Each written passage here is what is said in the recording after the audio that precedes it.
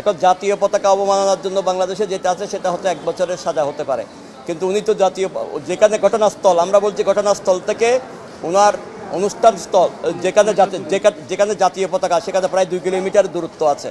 এবং এই মধ্যে ওনার যেটা এনেছে 1 থেকে 9 নম্বর আসামি, উনি 1 নম্বর আসামি। 1 থেকে 9-এর ইন্ধনে, অর্থাৎ ওনার ইন্ধন দেওয়ারও কিছু নেই। আর জাতীয় পতাকার উনি যেখানে সবসময় জাতীয় পতাকাকে সম্মান প্রদর্শন করে, বাংলাদেশের জাতীয় পতাকাকে উনি যতগুলো অনুষ্ঠান করেছেন, যতগুলো এই পর্যন্ত সমাবেশ মহাসমাবেশ করেছেন, সব জায়গায় উনি জাতীয় পতাকাকে সম্মান প্রদর্শন করে জাতীয় পতাকা নাড়িয়ে ওনার বক্তব্যের শুরুতে জাতীয় সঙ্গীত শুরু করে বাংলাদেশকে অকৃত্রিম শ্রদ্ধা এবং সম্মান দেখিয়ে উনি যেই বক্তব্যটা দিতেন চিন্ময়কৃষ্ণ দাস, সেটা হচ্ছে জননী জন্মভূমিশ্চ স্বর্গাদপি গরীয়সী।